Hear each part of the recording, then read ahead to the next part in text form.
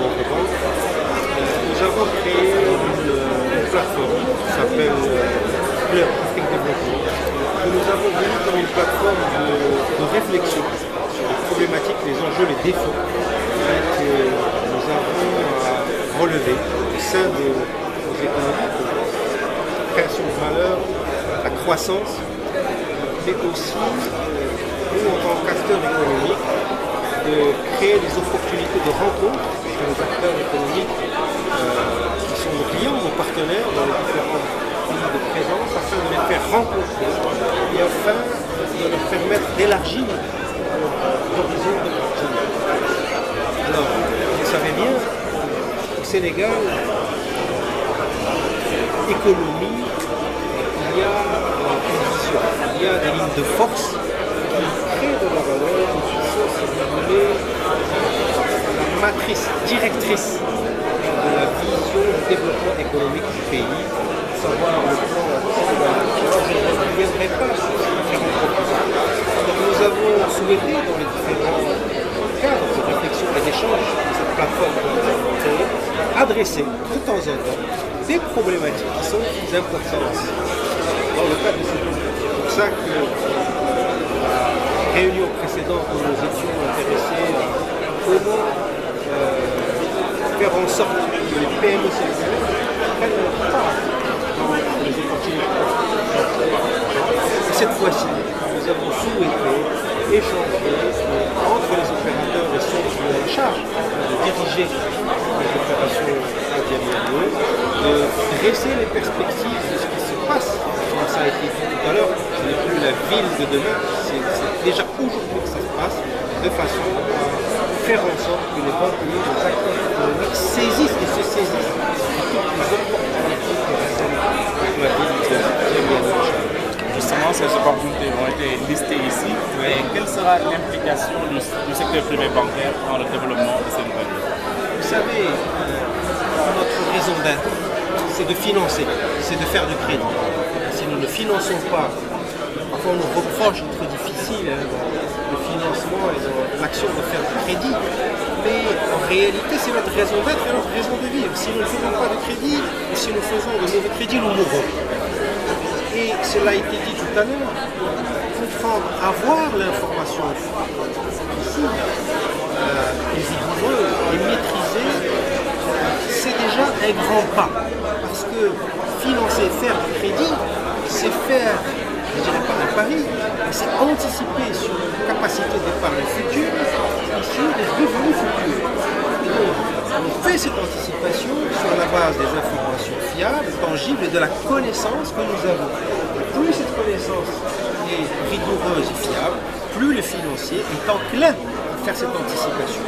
Et justement, l'opportunité que nous avons, comme dans un projet, cette vision comme Diadio, c'est de créer ce cadre qui est lisible, et qui fait que les futurs habitants, les futurs travailleurs, mais aussi les banquiers, ceux qui vont financer, sont plus à l'aise, plus de lisibilité, ils sont plus confortables. Parce que d'abord, c'est une vision qui a été réalisée par des aides qui sont titrées par des réalisations faites, on l'a dit tout à l'heure, de l'industrialisation de la production des logements et des espaces de travail au Sénégal. Combien de fois, pour ceux qui ont la chance de visiter les capitales africaines, les quartiers, on voit des espaces et des quartiers dont on a l'impression qu'ils sont éternellement en construction et jamais achevés. Parce que les villes ont été souvent construites par de l'autoconstruction et pas par des professionnels qui maîtrisent les délais. Quand on maîtrise les délais, quand on réalise des grands programmes, le prix au final pour l'acquéreur est plus compétitif, les délais sont respectés et les financiers sont rassurés. Quand on fait une anticipation sur le délai, les délais soient maîtrisés. Des projets dans le domaine de la recherche, de l'éducation, les domaines aussi de l'industrie, de la logistique sont concernés. Nous sommes aussi intéressés par l'implantation de banques, l'implantation de sociétés d'assurance.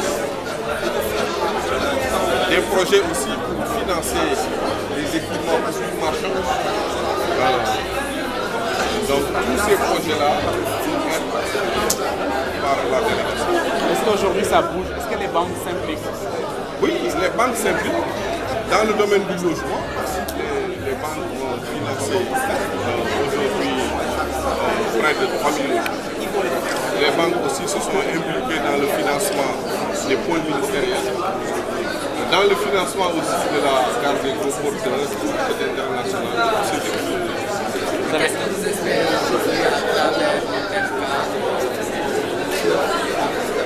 En fait, c'est le Club Afrique Développement à travers le groupe Atajari Wafa Bank qui nous a conduit à cette rencontre. Nous avons partagé une information avec les participants. Donc, cela a permis d'avoir des informations fiables sur les objectifs qui sont poursuivis à travers la réalisation du pôle de réalisation. Nous avons aussi présenté les produits, ce que les produits qui peuvent être financés par les banques en général. Et du débat, vraiment, nous avons retrouvé beaucoup aussi d'informations de ce côté.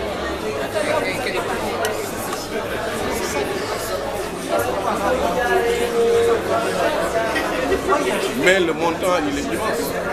Vous savez, le pôle urbain de Diamniadio va s'édifier sur 644 hectares. Les 644 hectares, c'est 4 fois le plateau de Dakar.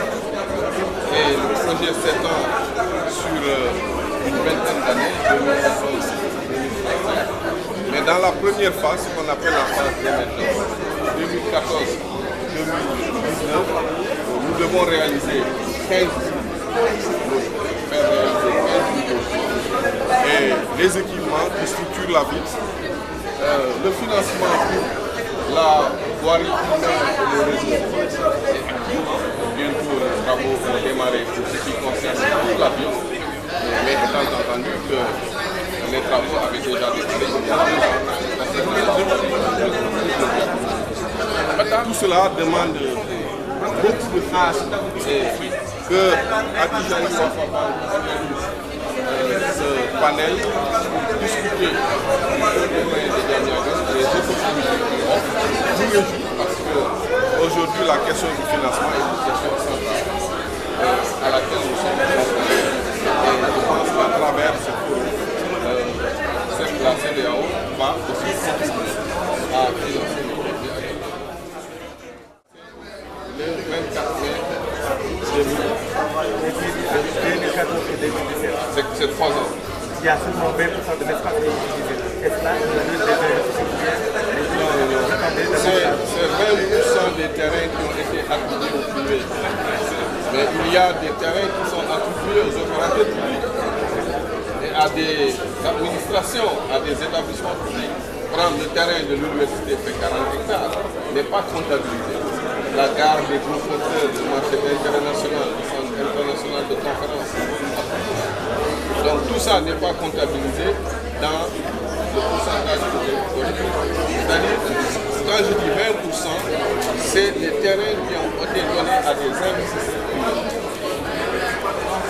C'est ça la phase la phase de réalisation des équipements structurés, de réalisation de la voirie et des réseaux, de réalisation aussi du programme.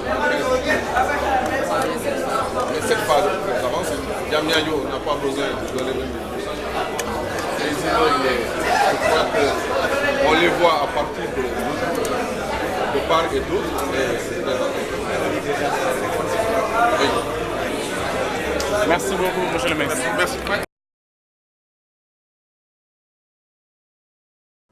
Quelles sont vos attentes donc, à l'occasion de ce grand rendez-vous qui parle des villes nouvelles? Alors, des villes nouvelles, c'est d'abord avoir l'opportunité d'exposer au secteur privé national, international et surtout continental, parce que le groupe Atajari Wafa Bank nous donne l'opportunité de rencontrer une belle brochette d'investisseurs qui ont l'habitude de travailler dans toute la région africaine.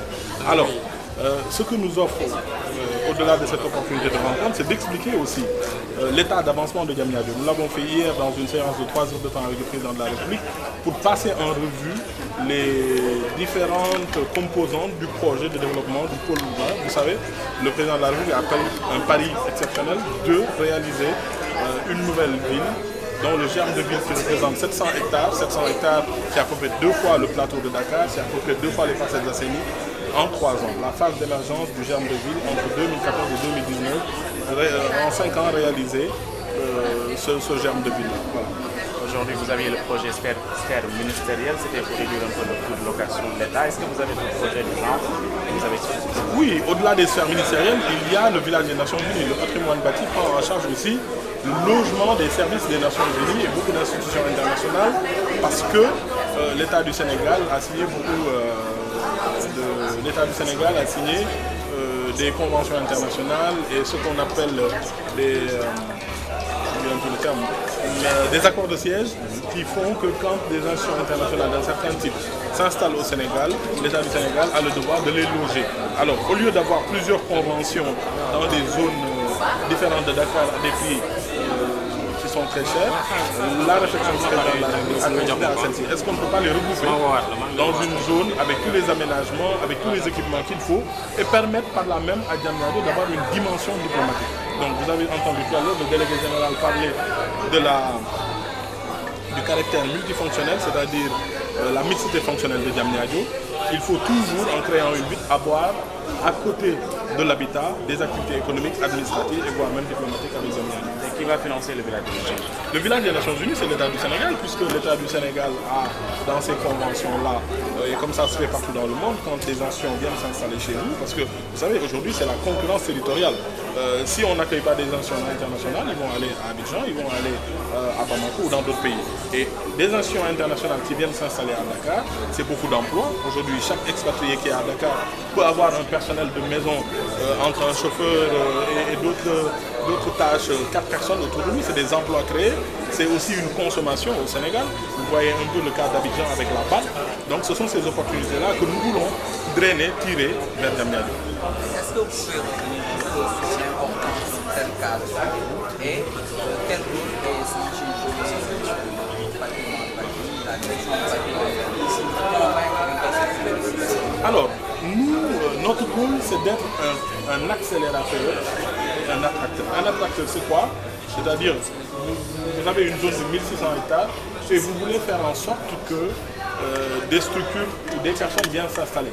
Parce que sans cela, c'est ce que j'ai dit tout à l'heure dans la banlieue dakaroise, dans les années 80, 70, on a eu à créer des zones nouvelles, des quartiers. Mais dans ces quartiers-là, il n'y avait qu'une seule fonction, c'est la fonction habitat. Donc c'est fini par devenir des villes dortoirs ou des quartiers dortoirs. À Diamniadio, nous avons voulu éviter ce phénomène-là en créant des attracteurs. Les attracteurs, c'est quoi? C'est le palais des sports. Autour, naturellement, il y aura des activités. C'est le parc des expositions qui va remplacer la foire de Dakar. Donc autour, il y aura aussi des activités.